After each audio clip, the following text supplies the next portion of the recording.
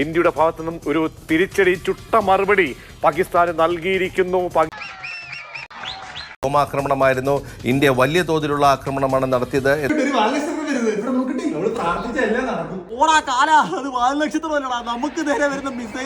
പാകിസ്ഥാന്റെ 9 ഭീകര കേന്ദ്രങ്ങൾ ഇന്ത്യ ആക്രമിച്ചിരിക്കുന്നു എന്തിനാ ആളുകൾ പടക്കം പൊട്ടിച്ചേ പറയുന്നത്. ഇന്ത്യ നടത്തിയിട്ടുള്ള ഈ വ്യോമാക്രമണത്തിൽ 12 പേർ കൊല്ലപ്പെട്ടു എന്നാണ്. 55 ഭീകരർക്ക് പരിക്കുണ്ട് എന്നുള്ള വിവരമാണ് പുറത്തുവരുന്നത്.